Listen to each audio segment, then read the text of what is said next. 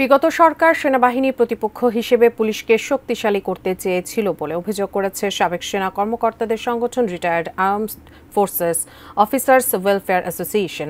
সকালে মহাখালীতে সংগঠনটির কার্যালয়ে গেল 2 মাসের বিপ্লবে সন্ত্রাস বাহিনীর অবদান এবং বিপ্লবোত্তর ভূমিকা নিয়ে সেমিনারে এই মন্তব্য করা হয়।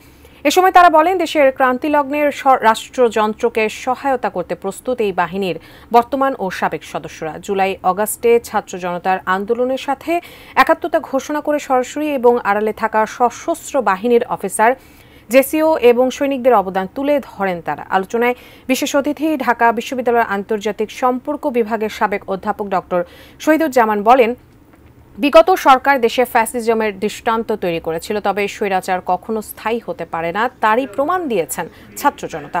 আলোচক ডাক্তার জাহিদুর রহমান তার বক্তব্যে জাতীয় সংহতি, উন্নয়ন এবং লেজুর ভিত্তিক সমাজ ব্যবস্থা থেকে বের হয়ে আসার আহ্বান জানান।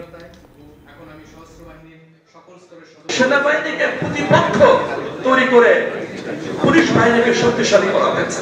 সীমিত পরিসরে সামরিক ও সিভিল ডিফেন্স প্রশিক্ষণের মাধ্যমে বিপ্লবকে রক্ষা এবং জাতীয় নিরাপত্তার স্বার্থে একটি ছাত্র মিলিশিয়া ব্রিগেড গঠনের প্রস্তাব করছি।